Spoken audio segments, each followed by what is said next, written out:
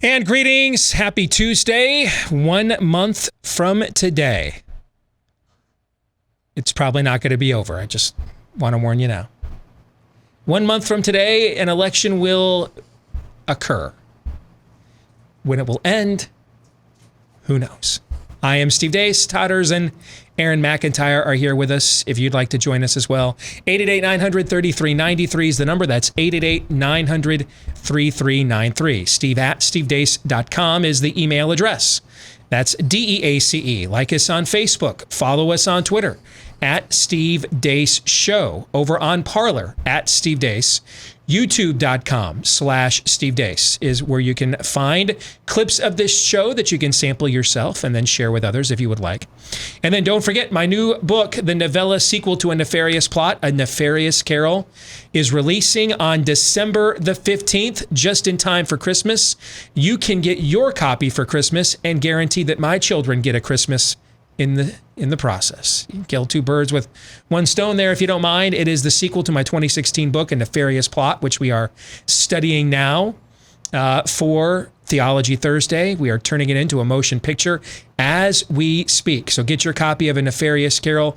Yes, you can also get it at barnesandnoble.com. It's just Amazon is kind of the centralized aggregator for book sales these days. So the publishers always want you to promote that now. But I've had a couple of you say, hey, I don't want to give Amazon my money. Don't blame you. You can get it at barnesandnoble.com as well. That's where pre-sales are occurring there too. So thank you. Pre-sales for the book are going well from what I'm told. So thank you very much to all of you that have chipped it. I'm sorry. Gotten your books. Am I getting better? Is this better? I liked it from the beginning. Yeah. Can you be better than best? It was. Buy the book. Yeah. Do it. Like Palpatine would say, do it. Hey, that's what my kids are saying right now. Do it. Okay? Because, yeah, they've got Disney coming up here in about a month, but, you know, they're thinking, what are we doing for Christmas vacay next year, right? And that's frankly going to be up to all of you. Yeah. Here's my sales pitch. Every time you buy a book, you're slowing the spread of coronavirus. Yes. I have about as much evidence for that as I do face masks. There you go. And if you're not sure, just buy the book, keep buying the book for 2 weeks, and we'll find out. Just wait 2 weeks, keep buying the book in the process, wait 2 weeks, and then maybe we'll know. It's a fluid situation. Indeed. And I mean, it's unprecedented from what I'm told. Does the book jacket double as a mask? Yeah, in fact, well, it may. I mean, you could wear it as a gaiter if you would like. But here's the other thing, too. This book's never been out before. So we don't know what'll happen. We don't know what the reaction is. And so the only way to know is just to buy it to be on the safe side. It's a novella. Yeah, there you go. Yeah. Does anybody even know what that is? I'll tell you what it is. It's an excuse for an author to write a shorter book than he wants to have to. And so he came up with that term. But I'm not supposed to say the quiet part out loud. Anyway, on the program today, we have our good friend Congressman Chip Roy will be joining us here at the bottom of the hour. Next hour, we're going to play Fake News or Not, strictly with popular narratives about the 2020 election. We've got 10 of them. We're going to go through each one. I've selected them, and then Todd and Aaron, you guys are going to decide, is that narrative about this election, is it fake news or not, right? And then also Pop Culture Tuesday, we're going to look at what's going on with the movie theaters are closing again around the country. Studios, Warner Brothers just essentially took every movie that you wanted to see in the next year and pushed it back a year or 6 months. Except for Wonder Woman 1984, but I'm thinking that ain't coming out Christmas Day either now. So we're going to get into how much of this is real, how much of this is politics, virtue signaling. Regal Cinemas is the #2 theater chain in the country. They went after New York Governor Andrew Cuomo yesterday publicly for basically canceling them by not letting theaters open because they don't think studios will release a lot of their big budget movies if you can't go to the movies in LA and New York. And so, you know, who's canceling who? We're going to get into that with Pop Culture Tuesday, but that's a good segue into talking about Patriot Mobile as well. Because while the left is out there trying to cancel you, and then I guess if the theaters are blaming the studios and the studios are blaming the theaters and they're blaming the Democratic governor, the left's trying to cancel the left, right?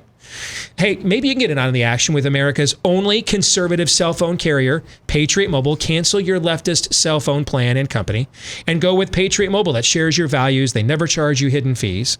And unlike Big Mobile, they don't send your hard-earned money to the organizations trying to end you, but the causes that you support at the exact same time. Plus, switching is easy. You can keep your phone number, bring your own phone, buy a new one if you'd like. And right now, you can join their family of freedom-loving Americans with a free activation plus a free gift when you use the offer code STEVE at patriotmobile.com. A free activation plus a free gift with the offer code STEVE at patriotmobile.com, or call them at 972-PATRIOT. That's 972-PATRIOT. Get the same deal with the same offer code STEVE there. Here's Aaron's rundown of what happened while we were away. What happened while we were away, brought to you by... I'm back. President Trump was discharged from Walter Reed Medical Center yesterday after being hospitalized with COVID. Prior to leaving, Trump tweeted, quote, "I will be leaving the great Walter Reed Medical Center today at 6:30 p.m. Feeling really good.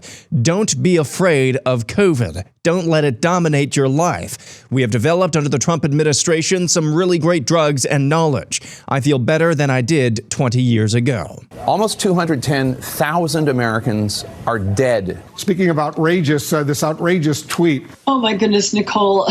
When I saw that Trump, I literally was overwhelmed. And now we see this tweet, which is heartless. It is cruel. Jake, this is so disrespectful. I'm not even sure I can speak about this. It's incredibly disrespectful. What does that mean? Don't be afraid of it. I mean, first of all, it's a contagious disease that kills people. Trump flew in Marine One back to the White House, stood at the top of the steps and saluted, all with dramatic music playing in the background. And I learned so much about coronavirus.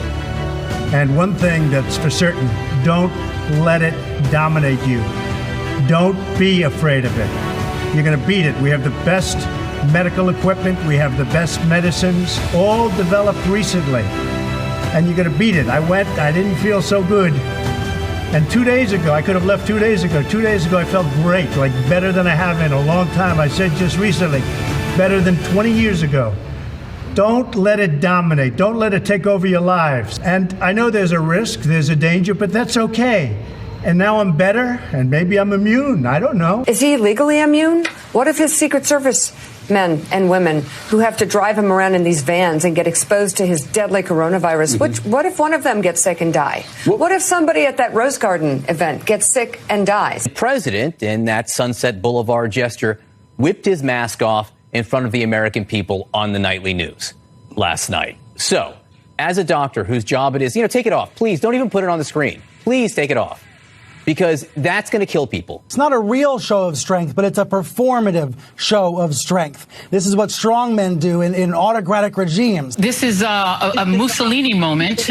Donald Trump, who looks like he has makeup on, which means somebody had to get close enough to make up his face with his favorite orange patina. This morning, Trump tweeted, quote, "Flu season is coming. Many people every year, sometimes over 100,000, and despite the vaccine, die from the flu. Are we going to close down our country? No, we've learned how to live with it, just like we are learning to live with COVID. In most populations, far less lethal." Meanwhile, in New York City, Mayor Bill de Blasio is planning to shut down segments of the city once more. So the plan is to rewind in these 9 zip codes, to rewind, to go back, to address the problem by using the tools that we know work, which is to ensure that non-essential businesses are not open. New York Governor Andrew Cuomo is now doing his best Hitler impression. I have to say to the Orthodox community tomorrow, if you're not willing to live with these rules, then I'm going to close the synagogues. I'm going to say to the Orthodox community tomorrow, if you don't agree, then we will have to close down your religious institutions. I'm going to have to say that to the black ministers. That's not a comfortable conversation. Joe Biden is back to toying with a national mask mandate. Listen to the scientists. Support masks. Support a mask mandates nationwide. Joe Biden also said this at an event in Florida. I'm coming back. I'm coming back. And I want to see these beautiful young ladies. I want to see them dancing when they're 4 years older, too. And he also said this. The reason I was able to stay sequestered in my home is because some black woman was able to stack the grocery shelf. Losing our humanity update, a surreal and incensing scene unfolded at a funeral home in England recently. For those of you listening, what we're watching is surveillance video showing a socially distanced funeral ceremony. Two sons grieving their father get up, take their chairs over to the grieving mother, and put their arms around her to comfort her. The moment they do that, a staffer of the funeral home gets up, berates the sons for doing this, and the sons move back to their original positions. And finally, the last 72 hours as a scene from Willy Wonka and the Chocolate Factory.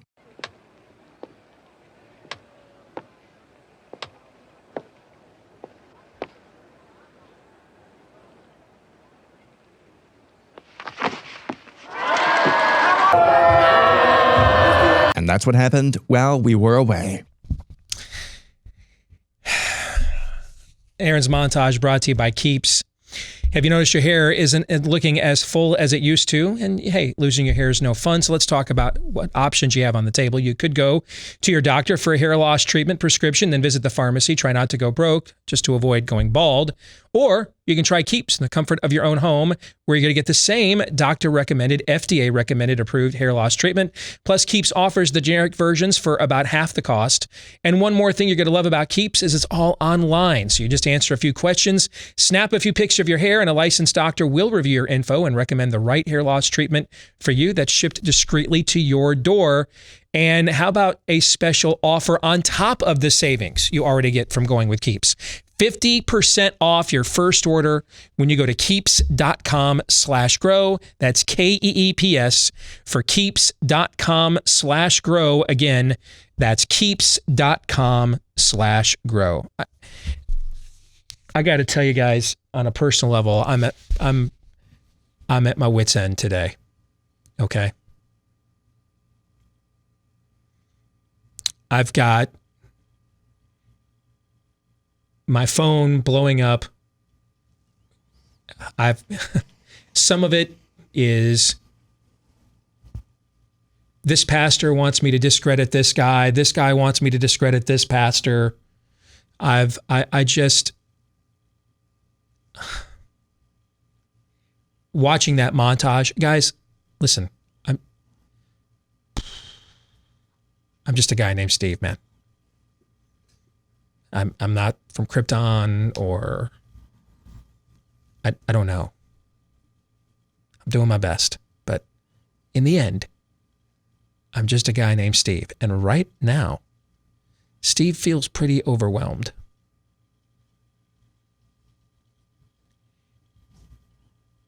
That funeral scene, and maybe I'm just on the edge of a knife, but that funeral scene just broke me. And let me tell you what broke me.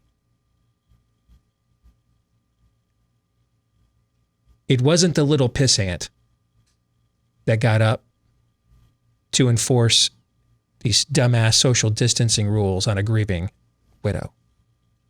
That's not what broke me. It's the fact her two sons, like the pussies they are, and I don't know if I can say that, but I'm saying it anyway. Like too many of these men are. Got up while their mom was bawling and dutifully moved their chairs.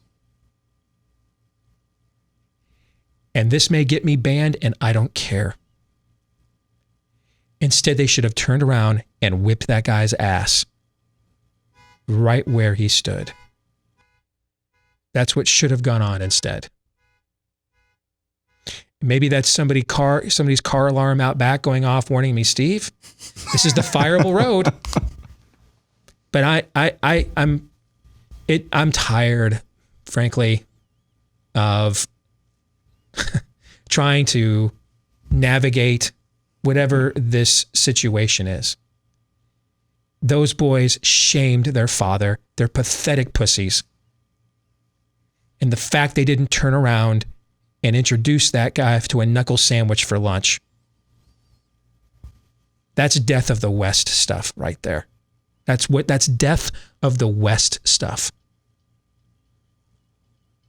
100 years ago, man, if we had in the middle of a Spanish flu, can you imagine what would have happened if you would have walked up to two sons trying to calm their grieving mother over their father's death and tried to tell them, hey, separate, would not even have been contemplated. Piss ants lived 100 years ago too, but they would have counted the cost and said, I like living. I don't want my face disfigured. I'll pick my moments. This isn't one of them. Instead, just get up and move. If I'm watching that video, if I'm some jihadist somewhere, I'm like, why have we been blowing ourselves up for these people? Or I'm thinking, let's roll. These people, they'll teach their kids Arabic for us. Just pathetic. Pathetic.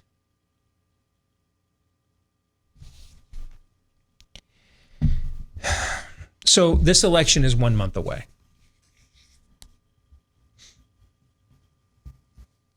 And I don't apologize to anybody for the language I used. You can take all your nicer than God emails and shove them right up your sphincter hole. Because you're going to be the people, what do you call it, Todd? How many angels can dance on the head of a pin? Correct. You'll be the people doing that when they're goose stepping down your street.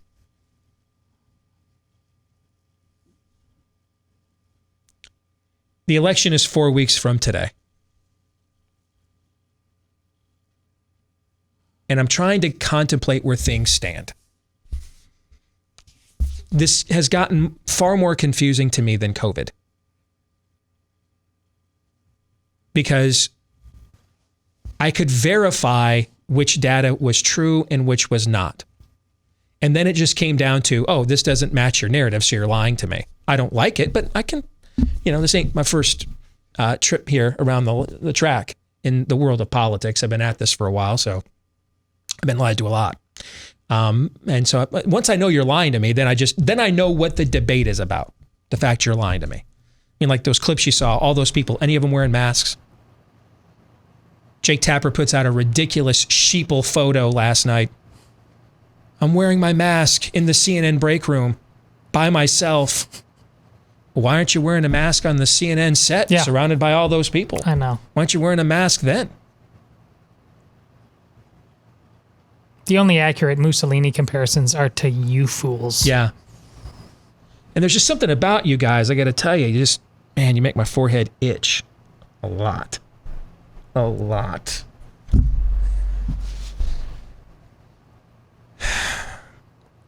But Monmouth, when I was on the Cruz campaign, that was one of the few public pollsters we thought knew what they were doing. I don't think they're a fraud, a scam. I think ABC News and NBC News and CBS News are.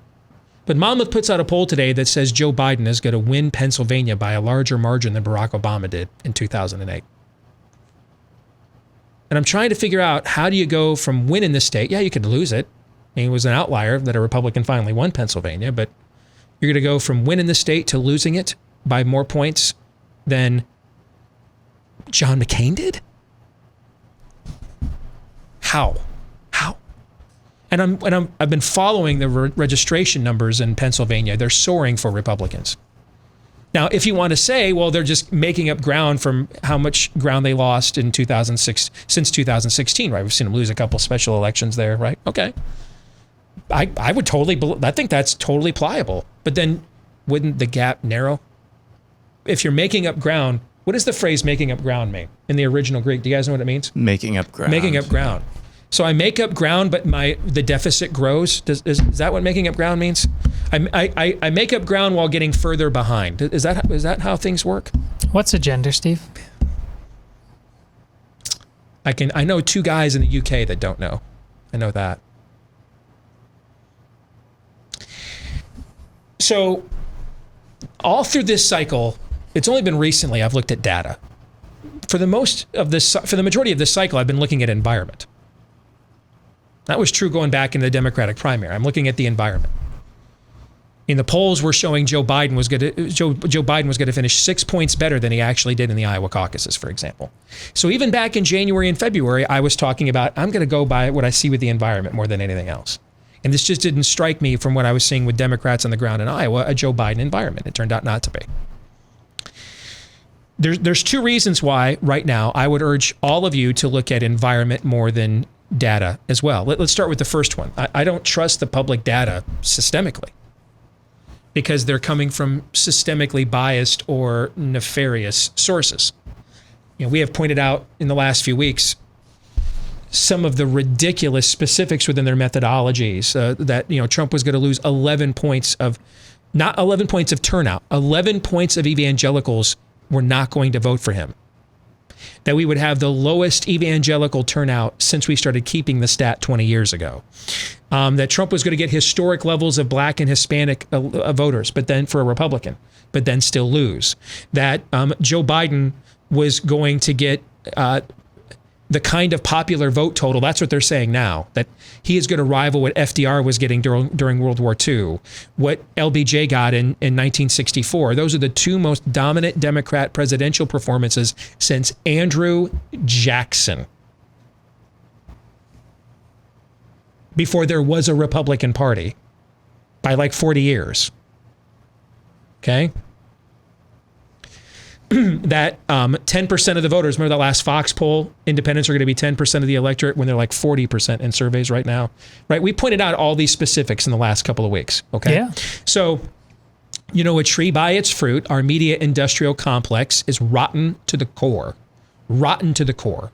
Rotten to the core. So a bad tree produces bad fruit. So I'm just dismissing it all whole cloth. I don't believe any of them. I just think they lie all the time. Then you have to look, though, at the two most accurate polls in 2016. Rasmussen and Investors Business Daily were the two most accurate polls. Now, I went and looked at what their reaction to Tuesday's debate was, and I don't believe the debate was good for Trump. I don't. Because, again, I watched it. And it wasn't good. All right? So Rasmussen has a daily tracking poll. They've taken over what Gallup used to do. Remember when we were kids, the Gallup daily tracking poll? Rasmussen does this now. The day after the debate, they went from basically a tie to Biden +8. However, Investors Business Daily later that week came out with the first rolling average, meaning we did this over 3 nights, okay, or 4 nights or 2 nights, however long it is. Came out with the first rolling average poll done exclusively after the debate. So they only polled people starting on Wednesday. And it had the race a statistical tie, Biden +3 within their margin for error. How do you reconcile such polar opposites from the two most accurate polls in the last election? And one of the guys that was running last time is running this time. So they clearly have a leg up on identifying what his turnout is, right? They have a track record. How do you reconcile those? I can't. I don't know how. From a data standpoint, I can't reconcile them. So I'm going to look at environment instead, because I think where we're at right now is both of these sides are so balkanized and energized, and I'm not even invested into Trump at the level the vast majority of you watching and listening are right now. I'm invested in me and my family, and I think him winning is what's best for them. But I feel like no personal drive to defend him. We don't chase media. We're still not chasing media rabbit trails on this show. We don't do a lot of the same content that a lot of other conservative shows do. I promise you, based on how I see Steve right now, if he could tell you based on the data that Trump is going to get destroyed, no matter what you thought about it, he would. Yeah, he would tell you right now. I would tell you right now, that's coming down the pike. Don't waste any of your credibility on this. You know what I'm saying? Don't blow your load of credibility, political capital on this is done. Save yourself and live to fight another day. I would do that. I've done that. That's why people don't like me. Well, and I've given them legitimate reasons. So this isn't wish casting, no, even remotely. No, I don't understand this. And the only way that I can make sense of it, because we're never going back. There's some of you watching believe that if he just goes away, we're going to go back to some Pleasant Valley Sunday when we all got along. We're never going back there. Too many of you watching have seen things like what Aaron has in that montage. You can't unsee that. You can't. And you're not going to breathe a sigh of relief. You think people are going to breathe, you think your friends that have lost their minds over Trump are going to breathe a sigh of relief and come back when he's gone? The opposite is going to be true. They're going to see this as a coup, which it was. They're going to see this as an attempt to destabilize his presidency from the beginning, which it was. Doesn't mean he didn't make mistakes. I just told you I thought he made a mistake last Tuesday by doing an impersonation of Alec Baldwin impersonating him on SNL. That's essentially what he did for 90 minutes. And everybody that's going to vote for him 75 times loved every minute of it, and everybody else hated it. We're going to need some of those everybody else's to win. You are. And they like the Donald Trump they saw in that video Saturday a lot more than they saw. Unfortunately, 25 million people are going to have watched that video, and a lot of them are people already voting for him. 85 million people that a lot of them aren't voting for him are what watched whatever that was last week that they don't like.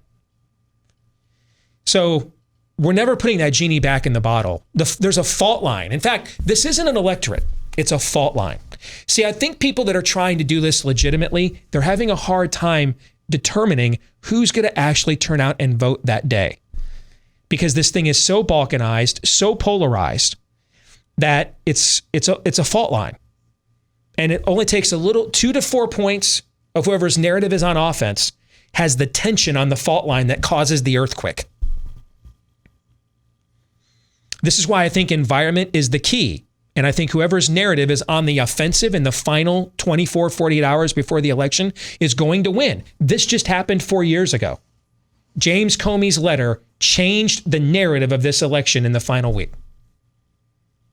It was one last reminder, you know Hillary Clinton is corrupt, right? Oh yeah, I forgot. And she lost. Trump does not win without that letter. I think if we had voted a week ago, after RBG's passing and the focus on that seat and the nomination of Amy Coney Barrett, I think the 2 to 4 point fault line would have gone, the tension would have gone the GOP's way, Trump's way. I think if we had voted on Friday or Saturday before the video came out, I think it would have gone heavily the other way. And I'm not even counting the mail-in voter fraud that's just going to go on in broad daylight with apparently no accountability whatsoever. How people are going to react to Trump going Winston Churchill coming out of the hospital, I don't know. I love it. I think, but I wonder if he, is it too late now? Should he have done this 3, 4, 5 months ago? I don't know the answer to that. We'll wait and see. I don't know. I think the electorate is so volatile because the country is a powder keg of irreconcilable beliefs and worldviews. And I think when people are driven by negative impulses, humans tend to behave more unstable than when they're motivated by positive reinforcement. And so I think literally in the social media society we're in, where we're just reacting to things all the time, hashtags, my Facebook friend, etc. Whoever's narrative is trending on offense in the final day or two before the election, I think is going to win on November 3rd. Now, I think there's a third factor that plays into this.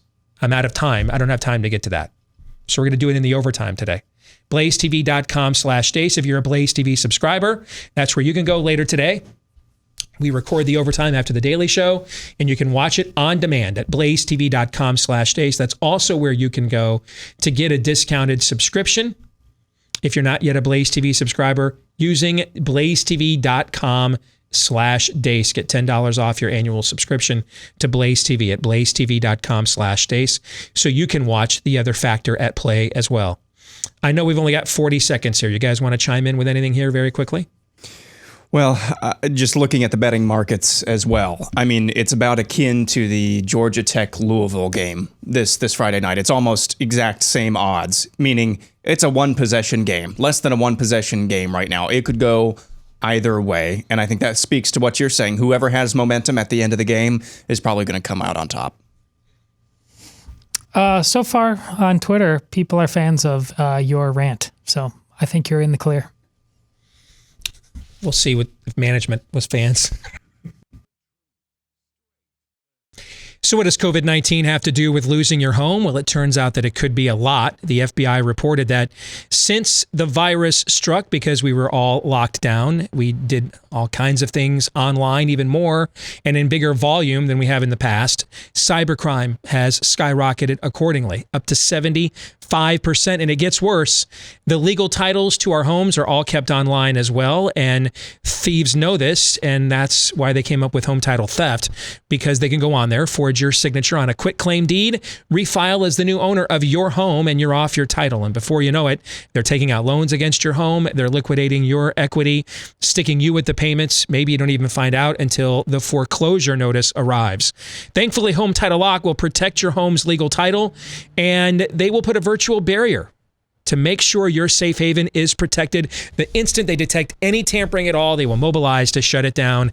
But first things first, go to HometitleLock.com and register your address to see if you're already a victim at HometitleLock.com, and use the promo code RADIO for 30 free days of protection. Again, that's the promo code RADIO at HometitleLock.com for 30 free days of protection. I'm going to call an audible here and punt on Pop Culture Tuesday. All right? Because there's something else about this election I want to discuss in a second. And then but before I do that, I want to share this. Our old friend, coworker, peer here, and just overall good dude, Dan Bongino, is going in for surgery on that mass on his neck tomorrow. And I know that, Dan has an audience that dwarfs ours. Okay. So he's got a substantial amount of people, but let me just chime in and say, good dude. Say a prayer for him and his family if you have time.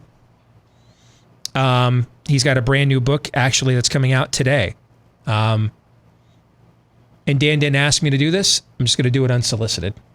It's called Follow the Money, The Shocking Deep State Connections of the Anti-Trump Cabal. It's out today, is Dan's new book. And he's done incredible work on this story. And I admit, at first, I was like, I don't know. Maybe we got to give the process a fair shake. Nope. It was a scam from the very beginning, and he was on it.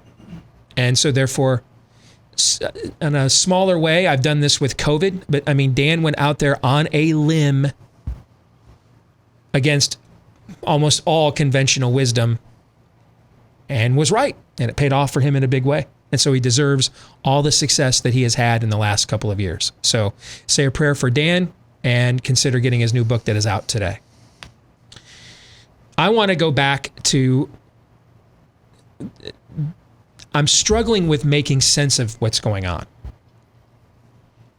I'm not a person that needs a lot of affirmation or people to agree with me. If I think I'm right, or I know that I am, I have no problem holding out against all y'all. I don't. What you said a few minutes ago is exactly correct. I sat here 4 years ago and said, I don't think Trump is going to win. And I think a lot of people are going to go out there and ruin their witness and their credibility for a lost cause. Did I not do that show a million times? Yeah. Yeah. So I've got history that shows I'm willing to tell you what you don't want to hear if I think that I'm right. Even when I turned out to be wrong. And he won. Okay? I don't require... I don't mind them. I appreciate the support. I do.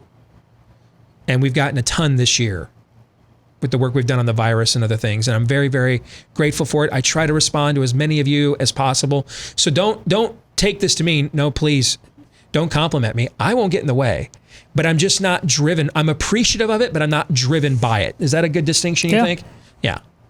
Can you guys recall a time on or off the air we've ever had a conversation of, what should we say to please people? I can't think of a time have we had that conversation. We would have done what those two men in England should have done to each other. No, that's the right answer. Thank you. Now, we've had plenty of conversations about this is what we really think. Is there a way we can communicate this so we just don't lose everybody on right after we say it, right? We've had plenty of those kinds of conversations about how to effectively say what we think that people may not want to hear, but we have never had a conversation about how to say what you want us to say. I did a symposium once with several other, when I was still doing terrestrial talk radio, with several other big names in conservative talk radio, names you would know. And one of them said that he thought his goal was to give the audience what it wants. And I'm like, yeah, I'm into giving the audience what I think is true. Now, he's also had a lot more success than me, so maybe that's a good business model. I don't know. All right. But it's just not how I roll. It's not what I got into this for. So I got into this to seek out the truth, share it with as many people as I can. And if we can grow an audience doing that, great. If we can't, I gave it my best shot, and I'll walk away. No regrets. Maybe I'll get that one regrets tattoo on the chest. No regrets. Knowing I gave it my best shot and I'm okay with it, and I'll go find something else to do with the rest of my time. All right? But where I do struggle is if I can't figure out why things are the way they are. Meaning, I'm not God. I know I'm not in control of events. But you know, I've talked about this before. One of the things that drew me to Christianity was the mix of faith and reason. That there were evidences. What's a bigger evidence than, hey, that we killed that dude and then he walked out of this tomb in a couple days later? Did that happen or not? That's an evidence-based, that's not a creedal-based religion, guys. That's an evidence-based one. Did he walk out of the tomb or not? What's the evidence show? If he did, then you start thinking about the creeds and all the other stuff that goes along with that conclusion. If he didn't, move on with your life and have a good time, right? That drew me in, aside from the Holy Spirit. But humanly, that's what I connect with. That evidence is encouraged. Evidence finding is encouraged. There aren't Islamic apologists doing archaeological digs in Mecca to prove the efficacy of the Quran. To challenge the efficacy of the Quran is an affront within the religion itself. See the difference? Instead, God comes forward and says, dude, call my bluff. Let the lion out of its cage. I don't care. I'm God. I got nothing to hide. I'm undefeated. Bring your best. I think I can manage. Or your worst, for that matter. I think I got this. And so where I'm struggling with this election is it doesn't make sense. Now, neither did COVID, but I understood why it didn't make sense. On one hand, you have a worldview called progressivism that believes in scientism. It's that science conjures truth. Science is salvationary. So there's a worldview there, right? Yes. And then on the other hand, there's just a vested political bias. Oh, dude, it's in my vested interest. If we just stay locked down and have 40 million people unemployed, it's easier for me to win the election that way. Okay. I know my enemy. That makes sense to me. I got into this for these kinds of arguments. I'm struggling here because I don't think Monmouth is in on the sellout like ABC and CBS and NBC News are. But yet Monmouth wants me to believe today that Donald Trump is going to win Ohio, a neighboring state, and then with similar demographics, and then turn around and lose Pennsylvania, which Republicans have done a million times, been winning Ohio and losing Pennsylvania my whole life, basically. But he's going to win Ohio, but then lose Pennsylvania, a state he just won, but he's going to lose it worse than John McCain did. I can't reconcile that. I just don't believe that's true. Do I believe he could win Ohio and lose Pennsylvania? Yeah. Do I believe he could lose them both? Yeah. Do I think he could win them both? Yeah. Is he going to win one, though, and then lose the other by a dozen points? No. Not unless we're just printing postage stamps out the back in Harrisburg. Not happening. It can't. It's like it. And when I say it not happening, it's not like a prediction. It's like the math doesn't work. That's when I tell you it can't happen, it means that pi isn't 3.12. It's 3.14. That's what I mean. That's not Steve's assumptions. Like, it can't happen any more than I could grow wings and fly away when the wasps return. It can't occur. Can't happen. And so I'm struggling trying to reconcile this holistic lack. Okay, I know that's a corrupt media regime. I get that. And by the way, I still think if the election were today, Biden would win. But just nothing about this makes any sense to me. If I could encapsulate for you the holistic narrative, the systemic narrative of all the public polling out there, here's what it says in one statement. It says that Joe Biden is a stronger candidate at this stage of the race than Barack Obama was in 2008. And that Donald Trump is a weaker incumbent at this stage of the race than George H.W. Bush was in 1992. That's what it says. Does that seem right to you? Does that seem right to you? That seems impossible to me. Aaron, does that seem right to you? No. I'll even grant you, because again, I'm trying to, mercy triumphs over judgment. Unless you're that dude who rolls up on me while I'm trying to comfort my mom at a funeral, and then the judgment is mercy. I'm going to whoop your ass because it's for your own good. You'll thank me later. You'll thank me later that I whooped your ass because it would have been some other dude that won't quit once he breaks your nose. I will. I'll let up. I'll stop. I made my point. Some other dude would have done it. He'd have just kept going until you were unrecognizable. I'm doing it for your own good. So I guess even in that case, mercy triumphs over judgment, right? Mm-hmm. Okay. But I'll even grant you that because of Trump's position, there's a symbiotic relationship between Biden and Trump. People see them as one or the other, right? Okay. And so therefore, if Trump is weakened, it strengthens Biden. I'll even grant you that. I will even grant you the point that Joe Biden could be as strong of a candidate at this rate. I don't believe that's possible, but I'm doing everything I can to try to make sense of this. I will grant you the point because of Trump's weakened position that Biden may be as strong as Obama was in 2008. But but it's not possible to say Donald Trump is as weak of an incumbent as George H.W. Bush was in 1992. First of all, he's more popular, far more popular with his own party. George H.W. Bush faced a primary in 1992, lost the first state, New Hampshire, to Pat Buchanan, first primary state. Aren't we the ones on this show often complaining that, man, it's like we can't hold Trump accountable in anything? It's almost like cult-like, like the allegiance. Haven't we done that show a million times? Yes. There is no dissension against Trump within the Republican Party at all, like none. Like even it would like benefit him and like move him on issues. Isn't that what, how many Daniel Horowitz appearances have we done the last 4 years? You know, if we pressure Trump, we can move him. Why don't we do that? Right? How many of those shows have we done with him? So you're going to tell me that he is weaker with his own party than H.W. Bush was when he faced a credible primary challenger with high name ID because he was a national media figure, Pat Buchanan. Does that make any sense to you? No.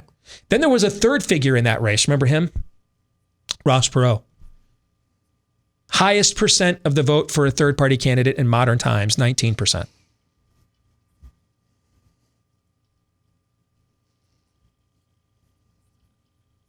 So he faces a third party candidate in the general who's largely siphoning off his supporters.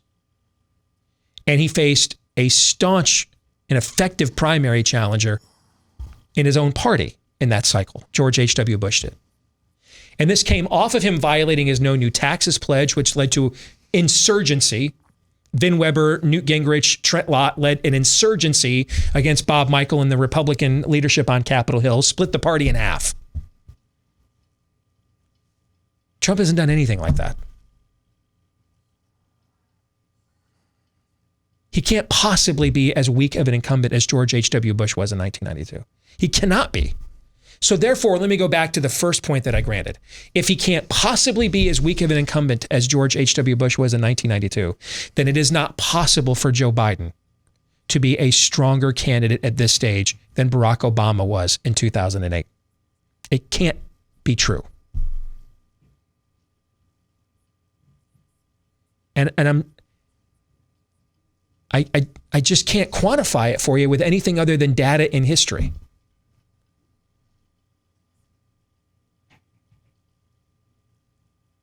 And I keep thinking, am I missing something? Well, it just popped into my head. I'm just asking. I don't think you're missing it, but it's the Reagan Democrats in reverse, Biden Republicans, Bill Kristol, David French. Do they think that's actual like a contagion? And the evangelicals of I know Bill Kristol is an evangelical, but largely the evangelicals are becoming like Catholics and just a split vote. No, because we already had that faction 4 years ago. It was larger than it is now. How many people do you know that voted for Trump last time that aren't going to do so this time? Zero. And you may know a few in Catholicism. You may know a few. Do you? I don't. It's not like some epidemic. You're not with. How many people do you know that didn't vote for Trump last time that are voting for him this time? Several. A lot. A lot. And I bet you if we did that survey all over the country, it'd be the same. Now, that's anecdotal, but that goes to the answer to your question. Yeah. I don't think that's enough to sway an election, but it shows, no, he's not weaker with that base than he was in 2016 because he already lost all those people, didn't get to vote for them, or he didn't get their votes last time. He's going to get most of them this time. So, I don't know. I really am okay. Well, I shouldn't say okay. The Lord giveth and the Lord taketh away. Blessed be the name of the Lord. I'm not okay when the answer isn't what I want it to be. I'm content. There's a difference. Okay? I trust in the sovereignty of God. So if the answer is not what I want it to be, I'm content. I just need to know, though, how are we getting this answer? Because it doesn't make any sense. And this is coming from a guy that has studied this stuff personally and professionally more than the vast majority of other people in my industry have, that's been paid to do it by campaigns to do it, presidential campaigns. And I think I've proven, I'll tell you what I think is true, even if you don't like it. I think I've proven that, right? Oh, yes. This doesn't make sense to me. And I'm struggling to even quantify why, because it's just so haphazard. Fake news or not is next. All right, back with Hour 2, live and on demand on Blaze TV, radio, podcast. Steve Deace here with Todd Erzin and Aaron McIntyre and all of you. Steve at stevedeace.com is how you can let us know what you think about what we think. Like us on Facebook. Follow us on Twitter at Steve Deace Show, over on Parler at Steve Deace. Check out our YouTube channel, youtube.com/Steve Deace. And if you're a podcast listener, thank you. Please, though, show your gratitude for the show by hitting that subscribe button on whichever podcast platform you prefer, iTunes, Stitcher, Podbay, etc. Leave us a 5-star review there as well, because the more of those we get, the more those help the show to grow. We thank all of you that have hit the subscribe button for us, left us a 5-star review. Thanks to all of you very, very much. Coming up here at the bottom of the hour, my good buddy, Congressman Chip Roy, is going to join us. He's in the final days of his race up against abortion Barbie, Wendy Davis. But before we get to that, let's get to Fake News or Not, brought to you by realestateagentsitrust.com. So you want to get into the market. I mean, a lot of people would be too nervous to do it, but this also may be the kinds of times you find some great deals and make some good money. Right? If you can keep your head about you, your wits about you, while everybody else is panicking in these unprecedented times, check the box. So where, though, would you find an agent that will be a cool hand Luke for you as well, that will go all in if you're going in?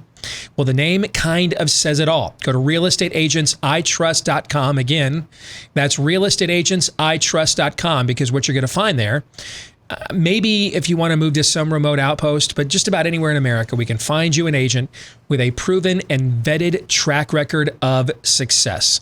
They know there's more to a marketing plan than an open house. They know that they work for you, you're not there for them, etc. Here's where you want to go. realestateagentsitrust.com. Again, that's realestateagentsitrust.com. So for Fake News or Not this week, I have come up with a list of 10 narratives that are kind of cultural or conventional wisdom, or they are prevailing wisdom, or they've at least been asserted by somebody, offering themselves as wise about this election. And Todd and Aaron, you two are going to decide, is that narrative fake news or not? You ready to go? Let's go. All right. Number 1 on the list. Let's just go there right away. The polls are wrong, like they were in 2016. Fake news or not? Todd. That is fake news because I sit at this desk and have now for 6 years, and it's been an education on how these things work at a, drill down all the way to the bottom level. We don't go granular, we go subatomic. Yeah. Yeah. As the late, great Jonathan Narcissus, a forensic audit. Yes. I used to love that line he used to use. Yes. But listen, they were right in 2016. And you just heard what we've talked about for the last hour. We'll look back at those. We'll do the same exact kind of thing. I can only imagine, just no matter what happens, it's going to be bad after this election. So I promise you, Steve is going to find solace in just finally having some numbers and afterwards and data mining it. We'll know what happened. We'll know. But it's 2016. The only thing you need to care about is not this election, but 2016. And 2016 was not wrong. I'm going fake news for largely the same reasons that Todd just pointed out, that the polls were, in terms of the final result, the polls were not wrong. Looking at these polls, though, this year, for all the reasons that we've actually delved into, they might be, the final result might be right. How they're getting there, there's no way that they can do that. And just looking at how brazen and how radicalized it seems like a lot of the smart set or establishment of the left has become over the last 4 years or so, how much Trump has lived rent-free inside of their brains for so long, we don't know. Just and you talk about the granular level, how many of these pollsters have people like Reality Winner working for them? Mm-hmm. Okay. She was the NSA, basically just like an early 20-something NSA worker who leaked classified info to the press. How many of those are working for these public pollsters? And guys, this is the reason why this was my big question yesterday during the town hall. What really is the purpose of public polling? What is its real purpose? And right now, I don't know the answer to that question. We'll find out. We'll find out come election day. If they're right, the purpose, you still have to believe, is to find and to take the temperature of the country. If they are wrong, then they're going to be wrong big time. And then that opens up a Pandora's box of things that we'll need to contemplate at that time. When we talk about the polls were right in 2016, we were talking about, just to clarify once more, the Real Clear Politics polling average of the national outcome turned out to be correct. All right. We have also pointed out several battleground state polls, though, were way off, like in your home state of Wisconsin.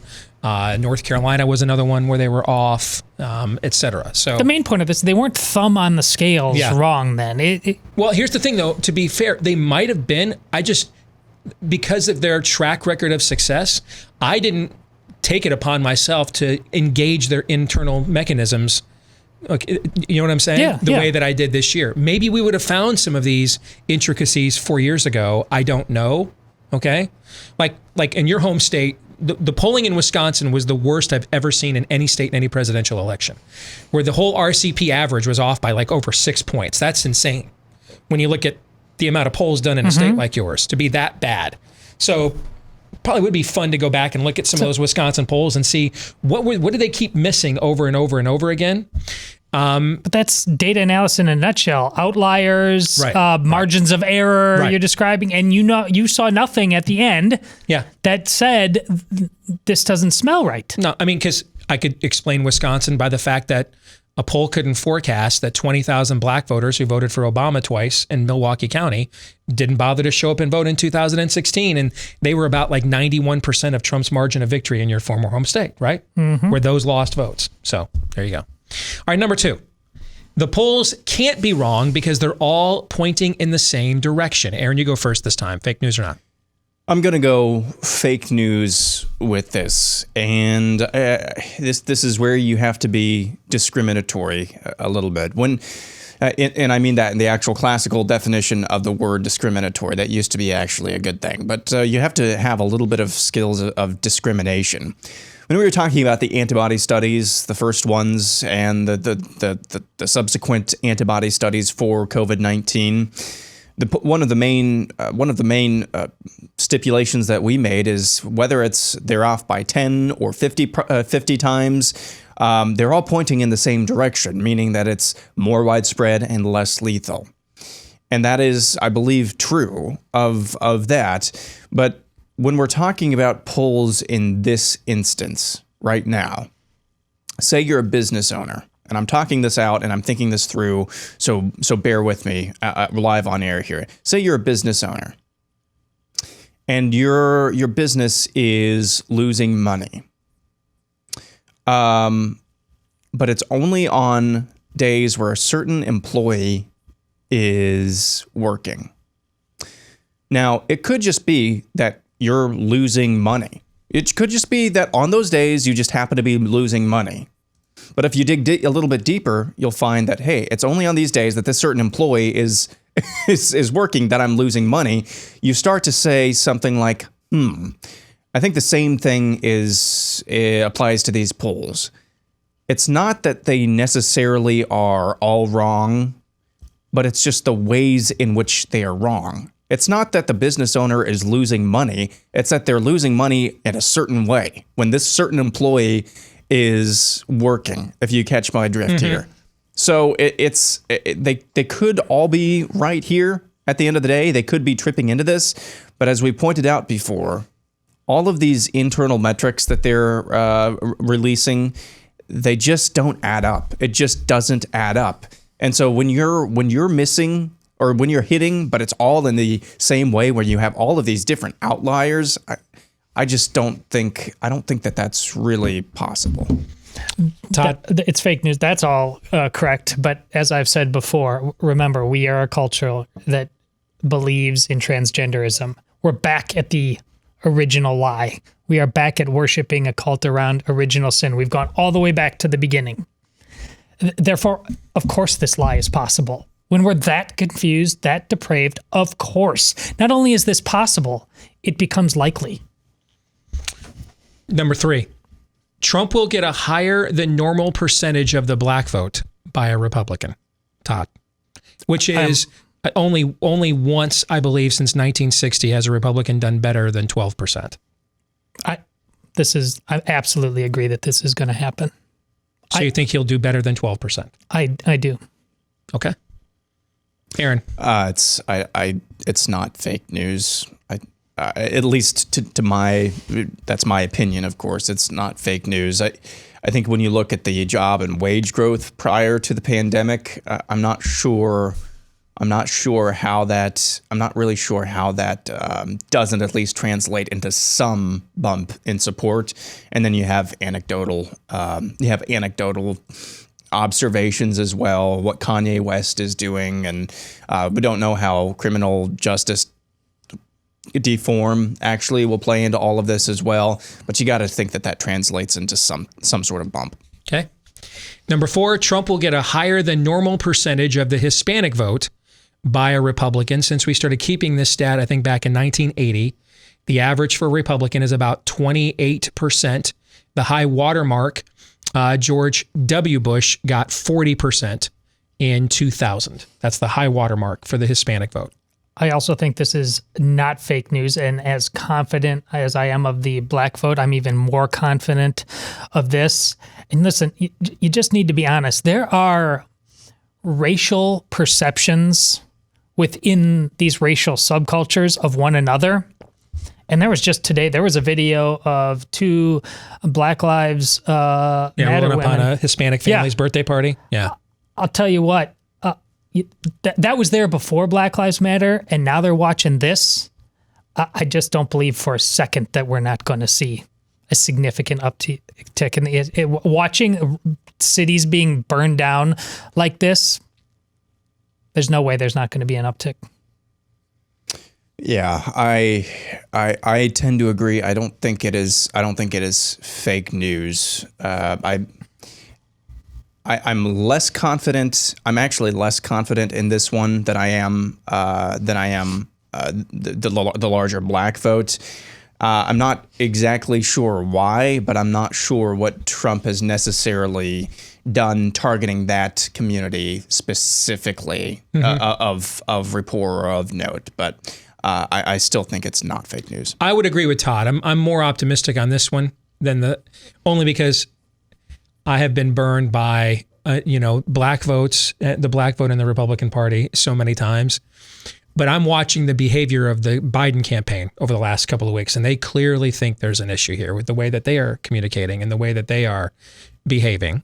And you have to keep in mind that a lot of Hispanic people are first or second generation Americans, meaning they came here for a country that they believe is better than what the message being taught to Black America through groups like Black Lives Matter or the National Basketball Association is communicating. You know what I'm saying? Yes. So from a belief system, they're already at odds. They don't view themselves as historically oppressed people that have been mired here for centuries. They came here to escape that because it was going on where they lived. All right. And so they view this as the land of opportunity, not of oppression. They see this as a different O word. And the messaging of BLM and what's going on in the NBA and in a lot of the sports world is just completely counter to why they're willing to risk life and limb to come here illegally and break the law if they have to and hide out, because it's just dramatically better than where they came from. It's just a different narrative. So that is something to keep in mind. Number 5, Trump is losing independents badly. This has shown up in every one of these national public polls. Badly, like double digits or 20 points, as one poll said. Made me think one more thing. One reason why the border issue, when it was fully ramped up to, there's no way that wasn't going to impact that vote. Mm-hmm. But we're not talking about that. I mean, we're not. But keep this in mind too.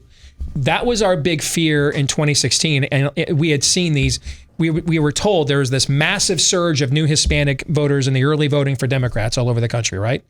There was only one state we saw that, and that was in Nevada. Overall, in 2016, even though there's more Hispanics in the country than there were in 2012, they were a smaller percentage of the electorate, meaning that they didn't successfully mobilize them on a fear that Trump was going to deport all of you and all of that kind of stuff. Trump actually outperformed Romney with Hispanic voters in 2016. So there's more of a mustard seed for this flowering in this election than the other one. But for this one, I need a little context. Remind me of how independents were Trump-Hillary. Trump won them by 5 points in 2016. We've actually had 2 candidates win in the last, 30 years since we've been tracking this stat. We have won without winning independents. George W. Bush did it twice. He lost them very narrowly to Al Gore in 2000. And then he lost them, George W. Bush lost independents in 2004. And then Romney, I was confusing them with the Catholic vote. George W. Bush lost independents to John Kerry in 2004 by a few points. And then Mitt Romney won independents by 5 points over Barack Obama in 2012 and still lost. So he won by 5. This one is the one so far that is most likely to be true. He in a narrow election, he doesn't need to fall back very far within this group to have it impact him. But I'm trying to determine what I think badly is. Could it be badly would be break even, right? I mean, a drop of 5 points is. I would think that's game over, right? I would think he could not win without winning them. I would say. Okay. It would take Biden would have to have Hillary level turnout. Trump would have to have, meaning that he leaves a point or two of his own base at home. And Trump would have to overperform his base turnout in 2016, I would think, to win without independence. I still think this is fake news, but it makes me pause and think a little harder on it. Okay. I would say it is fake news. I'm just looking at some info from Pew of 2018, independence. There was, that was largely an environment for Democrats where they were going to do well, but independents, they actually did win independents, or at least that's what that Pew says, by about 4 points nationally, or at least that was the temperature in the room at the time. So it's not out of the realm of possibility, but I'm not sure if it's going to be. I'm not sure if it's going to be as bad as what some of these polls are going to be, but I'm still going to say I'm still going to say it's fake news. All right, Aaron, back to you for this next one, number 6. A majority of voters don't care about Biden's mental state. I'm going to say fake news for that. They care about his mental state, but I think some of them not enough to put them over the edge of voting, not voting for Trump or to have it affect their vote in any meaningful way. So I think people are cognizant of it. It's just I think if you care about Joe Biden's mental state, but you're still going to vote for him, it's because you just hate Trump that much. So I really think that this is fake news. I do think a lot of people care. Todd? I think it's true news just because it should be like an automatic disqualifier, and it's not. That's a good point. Meaning you shouldn't have gotten this far is what you're trying to say. Not even close, and we all agreed. Yeah. Number 7. Given the age and health of the two nominees, this will be the most important vice presidential debate ever. Todd? I'll buy it. That's true news. Okay. It certainly has the ability to be that consequential. Okay. It also has the ability to be a total whatever the nothing vice presidential burger. nominee or debate is, yeah. Aaron? I think it's fake news because if Pence does really well and just wipes the floor with Harris, it's going to be memory hold 2 days later. Well, Pence will beat the... I'm sorry. No. Number 8. This will finally be the election. Young adults turn out en masse and are decisive. So we have heard this.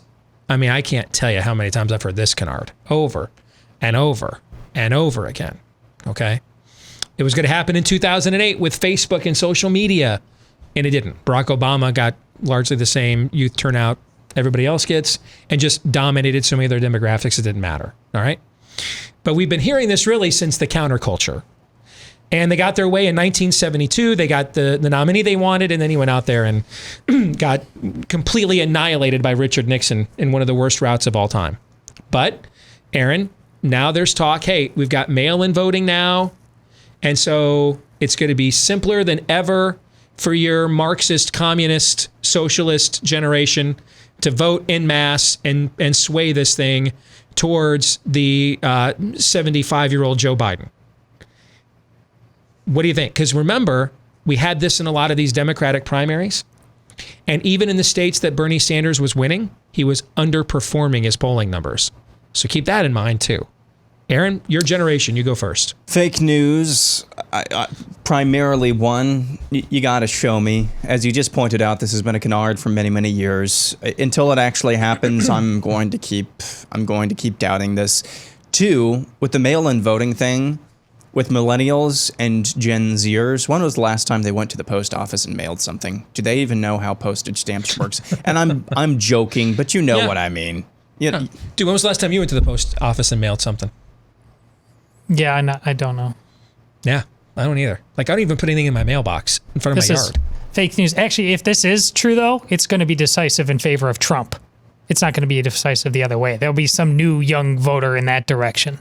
But it's not going to be the other way. I got to ask you this. You ignore it if you want to, but based on everything we talk with polling, it's just reported Trump campaign canceling ads in Ohio and Iowa. What does that tell you based on They think they're going to win. That's what I thought. Yeah. That they think that they are trending in those places well enough that they can.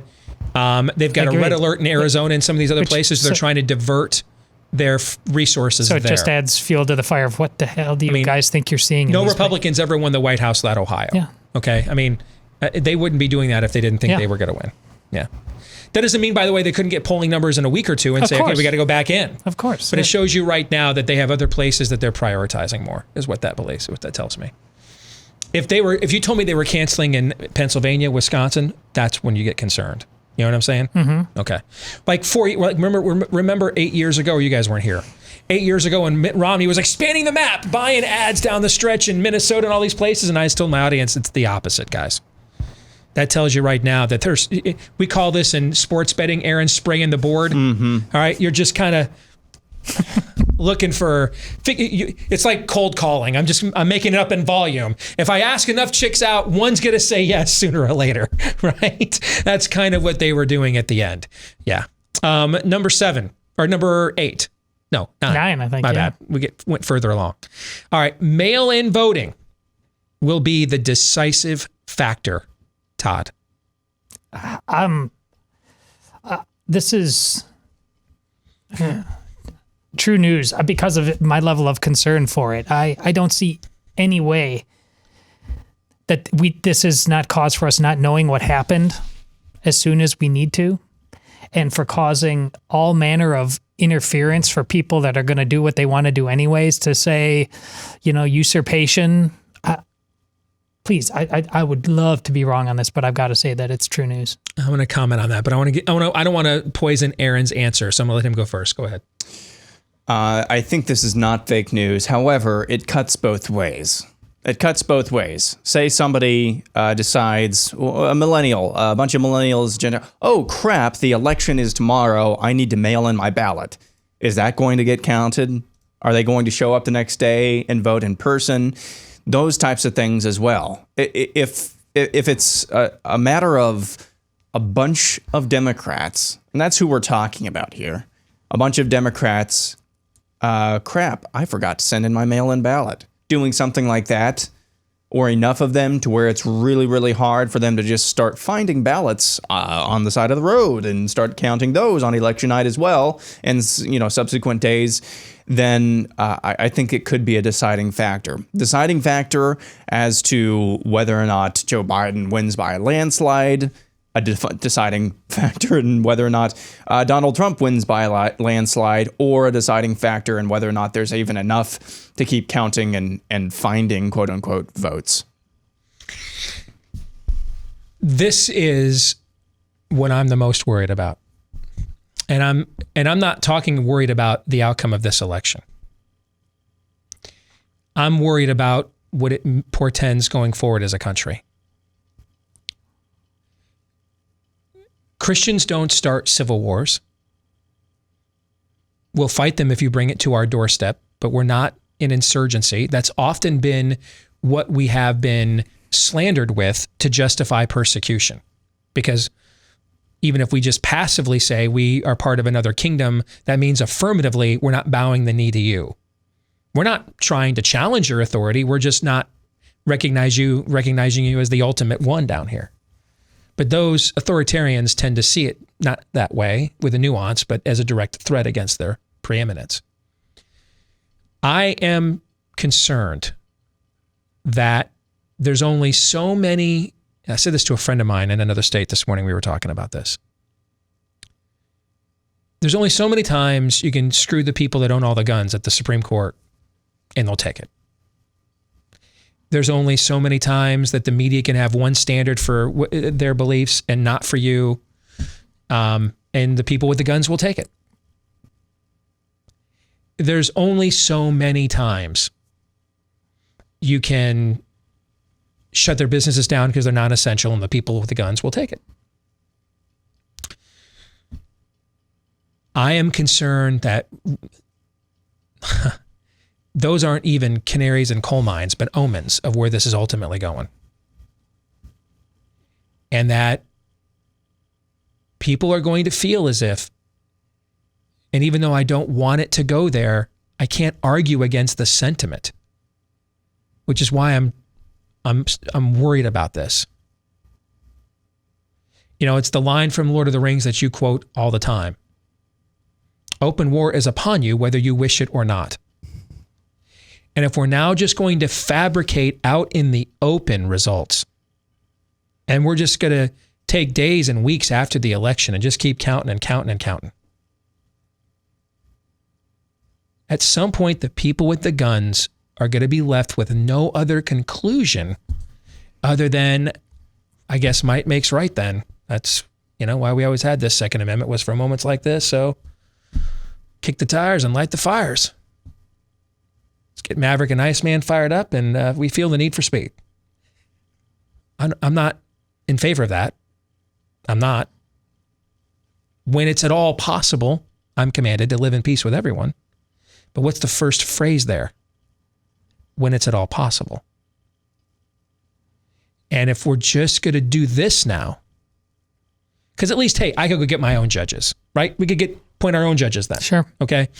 I can create my own media then. I'll create my own media then, have my own counter narrative. How do I counter this peacefully? How do I counter it? Do you know? I can't think of how you would counter this peacefully.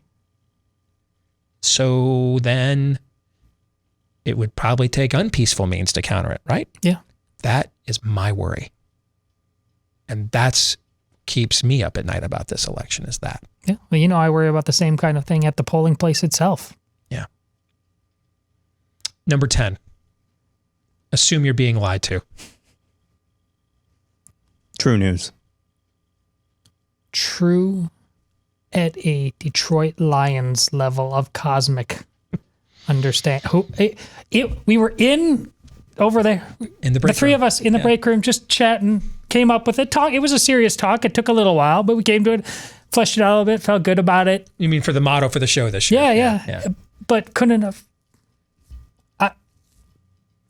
possibly believed that what was coming was coming. And why am I never right about good stuff? Why did I come up with a motto like, assume we're going to be rich?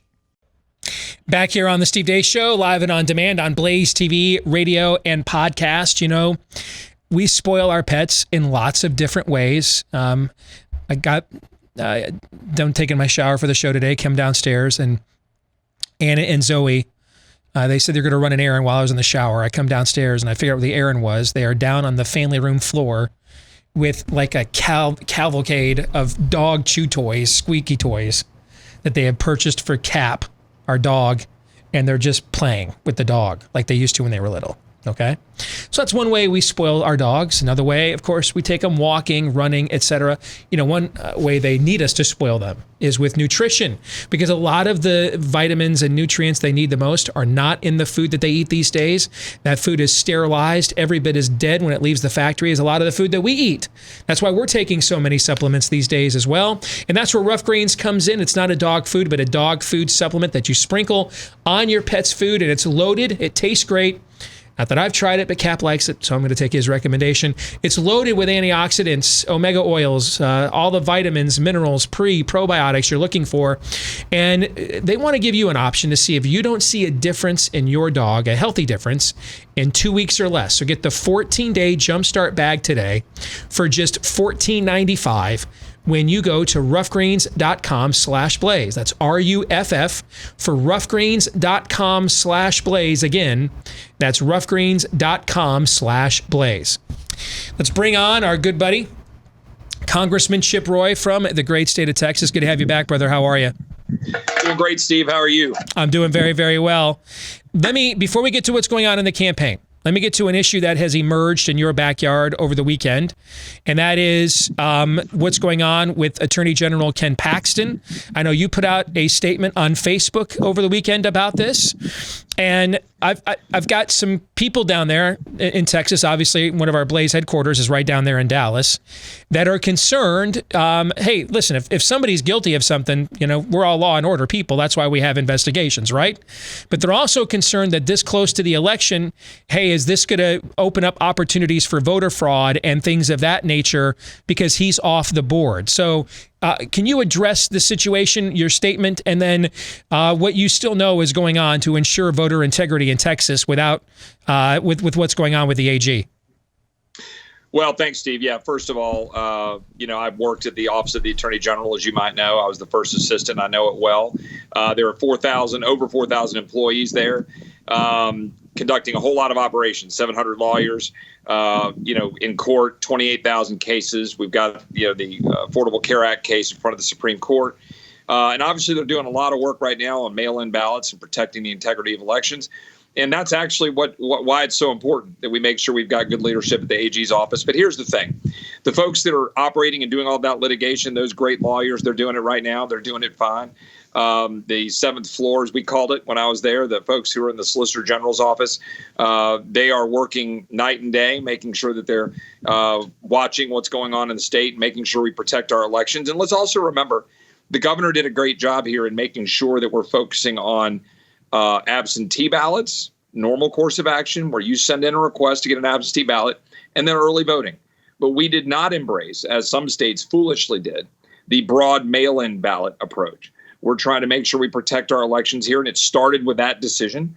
And obviously, the Office of the Attorney General is making sure we enforce state laws to ensure that our elections are protected, and they'll continue to do that. That's not put in jeopardy in the slightest bit. I made my decision to call for resignation because I think it's fundamentally important to stand behind those very lawyers I'm talking about, the ones that are sitting out there and running the business every day. These are people that I know because I was there, and I think it's important to stand with them. And so that's why I made my decision to do that yesterday. All right, let's get to your race now individually, because when you look at your district, I think even though you're in a state that is the last really remaining reliably red state that's a big population state, and who knows, maybe that is changing over time. Who knows? There's a lot of debate about that. But your district in particular, I think, is a good cross section for where a lot of the battle on a national level is taking place. All right, give us the conditions on the ground in your district right now. What are you hearing from voters? Pre-debate, post-debate, what issues are driving them your way? What issues are you concerned about because the narrative tilts to the other side? Give us a good forecast of what's going on in Chip Roy's district right now. Well, first of all, the American people, and I think the district that I represent, Texas 21 in Central Texas, they are concerned, as you would expect them to be, on all the things that matter to them in terms of community safety, making sure we get through this virus, getting our jobs back. Those issues are front and center to all Americans. That's what I hear every day when I'm on the campaign trail. But they're also concerned in a broad sense of making sure that we all stand up proudly for America, right? The choice that you have here, this election, this cycle, between those who believe in our country, believe in its greatness, believe in what you can accomplish, putting a man on the moon, curing polio, defeating Nazi Germany, defeating the Japanese, all of the things we've been able to do when we stand up together, united as a country, proud of our nation, proud of our values, proud of our core beliefs and our founding principles, versus those who want to tear that down, versus those that want to side with BLM and Antifa instead of law enforcement, those who want to politicize a virus, right? Who politicizes a virus? I'll tell you who: Democrats, Nancy Pelosi, Joe Biden, the media. They're politicizing a virus the American people have no interest in doing. The American people want us to have a sane, rational approach to dealing with a virus, protect the vulnerable, just like I did when I was not with my mom and dad for almost 7 months between Christmas and July 4th. My dad's a polio survivor, Steve. He's a polio survivor. He was one of those 300,000 children that were inflicted by polio between 1945 and 1955. And I wanted to protect him and my 71-year-old mom and not hurt, right? My kids didn't get to go see them and so forth all through the spring. They didn't get to come to baseball games. We weren't, hugging them at Easter. But we did our job to try to protect them. But for those of us who are younger and healthier, we knew we needed to get out and get busy, make sure our schools are open, make sure our jobs are being fulfilled, and that our economy is strong for the good and the health of everybody. So that's where the American people are. That's where the people of Texas 21 are. They want a rational approach to getting through this virus, getting our economy back, standing with law enforcement over these crazy radical leftists who want to remake our country. And that's where they are. And, you mentioned the debate.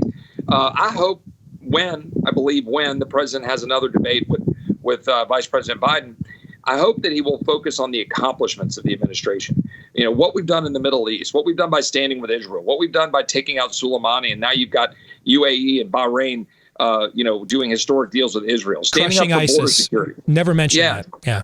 Yeah, crushing ISIS, border security, the wall. I mean, he mentioned the wall 1.6 million times in the 2016 election. I fact-checked that. That's the actual number. And he didn't mention it during the debate. So the president needs to get on offense defending his very strong conservative record leading this country. Where do you sense? So you've already answered what my next question was going to be, and I know you are the office holder now, but you spent so much time advising these guys. You can't help but look at this analytically. So you're like trying to run on a policy platform while analyzing your own actions at the exact same time because you've been on the other side of the conversation. I get that. So I was going to ask you, hey, if you could advise the president what to do these last 4 weeks, but I think you kind of answered it, which is run more on your record. And I think that they were paralyzed for months by the virus, paralyzed in their messaging by the virus. And the reality is that I don't believe you guys can win a Karen election. That if you think the answer to the pandemic is to stop our way of life, that's just counter to who we are as conservatives. I mean, we look for ways to overcome things, not to succumb to things, right? We don't do victimology, things of that nature. And so if that's the narrative, I don't know how he can win. To me, the narrative he's needed all along is what he came out of that hospital with. Hey, I had this, I confronted it head on. And the treatments and stuff we have, I'm in the high risk group. I'm overweight, 75 years old, and I'm feeling great. We don't have to lose our lives to this thing. I think, first of all, the economy is bouncing back as we speak in real time, but I think it would have been fully back if this had been their messaging chip for the last several months, maybe even weeks ago. Do you think it's too late to get on the offense with that message? Well, I don't want to say it's never too late. There's just a point at which, November 3rd, it might be too late. But I will say this. We're 4 weeks out literally today. And early voting in Texas starts next week. My recommendation to the White House has been, will be, and will continue to be, to go on offense unapologetically, saying that you're proud to stand up in defense of this country, proud to stand up and make sure that we've got a reasonable, rational approach to dealing with the virus, but never back down from the very core notion of the American idea that we take this head on and we beat the virus by virtue of the healthy among us going out and working hard, protect the vulnerable, but let's get out, let's work, let's go back to school. It's the American way. And be on offense, talk about jobs, talk about a strong border, talk about law and order, talking about safety in our communities, talking about making sure that we've got good judges like, Amy Coney Barrett, but also the 200 other great judges that have been appointed who actually believe in the Constitution. Talk about Israel. Talk about historic Middle East peace, and talk about the Chi-Coms and beating their head into the ground. I'm sick of having China run over the United States of America. Let's take on the Chi-Coms. The president was one of the ones leading on that. This is an easy thing to do. And the president missed the mark, in my opinion, in the debate by not going on offense on that stuff and allowing Wallace to control it. The president's usually better at that, in depth at that. And I hope in the next debate, and I believe there will be one, I hope there will be one, that the president focus on those that great track record. And that's what motivates the American people. The American people still believe in this country. And the fact that this president, look, this is simple. You either believe in America or you don't. That's it. This president, whatever you think of him, loves his country, believes in America. And I know I do. And I can tell you that the Democratic candidates, they believe in BLM, they believe in Marxism, they believe in tearing down our country, they want to undo our history, they want to train our kids to hate their country, they want to completely undermine our economy, they want to ban fracking, they want wide open borders, they want to destroy the economy, the regulations, they want to side with Iran over Israel, they want to exterminate babies after 20 weeks in the womb. This is a group of people who do not marry the values of the American people, and we shouldn't let this virus distract us from the reality of the future of our country and the greatness of our country. Dude, I want to hop in a DeLorean and I want to go back to last Tuesday with 80 million people watching, and I want to hear Donald Trump say what you just said, like word for word, what you just said. Well, me too. And I'm going to have a debate with Wendy Davis tonight. And I plan to make those points tonight because that's what this is about. And Wendy Davis is just proxy for the radical left led by Nancy Pelosi, the radical left that's targeting the president, the radical left that wants to rip apart our country, the radical left that wants open borders. She's proxy for all of that. She's known for filibustering on the floor of the Texas Senate for abortion. but people don't talk about it. It was for 20-week abortion. It was for third trimester abortion. She's radically out of touch with the American people, as are the entirety of the Democratic Party running this country. Kamala Harris is the most liberal senator in the United States Senate. Kamala Harris has said she wants to ban fracking. Kamala Harris is known to be a radical leftist. And guess what? Who's going to be running the show, right? Who's going to be running the show over there? I don't believe that Joe Biden is going to be running the show. And look, at the end of the day, we need to make sure that we're very clear about what we stand for and what we believe, and put that out there in this remaining 4 weeks. And I'm still of the belief there are a lot of people out there in the United States who are looking at this election through the right lens, which is you're either with America or you're against America. And you make the choice. I'm pretty fired up now. I got to be honest, man. I was pretty down just with everything going on. I felt pretty overwhelmed at the start of the show, but you fired me back up, brother. I think it was providential having you on today. Good to see you, my friend, as always. All right, good luck in the debate tonight, but I don't think you're going to need it. I think you're good to go. Yeah, God bless you, man. Let's all keep our head up. We love this country. Our forefathers fought for it, and that's our job right now. Carry that flag forward. God bless you, my friend. Amen. That's our buddy, Congressman Chip Roy from Texas. Todd, your thoughts? Well, that's what I was. There's no happier warrior than Chip Roy. Just watch whatever videos you're normally watching President Trump. Just watch him debate tonight. Honest, just watch that debate, and then I can almost tell you with, what is it, Aaron? 96, 97, 99.9% certainty, same as COVID. Just do the same thing, and you're going to win this election.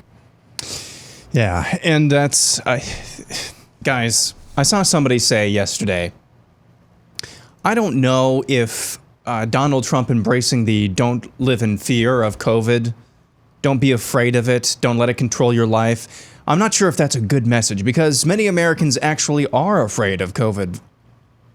Guys, that's all the more reason why we need that message.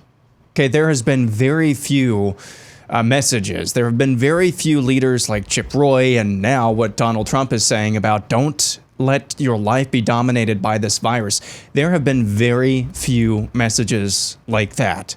It's something that I think, like a moth to the flame, I think if we had more realistic, but yet positive and strong leadership like that, guys, there's things would turn around so quickly instead of the constant doom and gloom of what we've been fed over the last 6 months. So, as Todd said, you know, whatever it takes, whether it's watching Chip debate tonight, whatever it takes to have Donald Trump after the next debate put up the sign on the White House that says "one day without an accident," I think that's what we need. You want to really be in a good mood? Maybe you saw this already, but from Scott Atlas about Trump, quote, "He's not afraid. He's not going to hide in the basement, endorse another lockdown, frozen in fear behind a mask."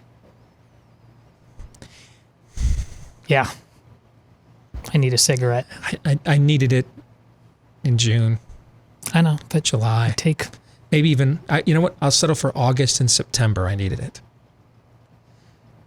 I know, but you know what? Work with me here. I know. Work with me. I know you're trying. I appreciate it. I know.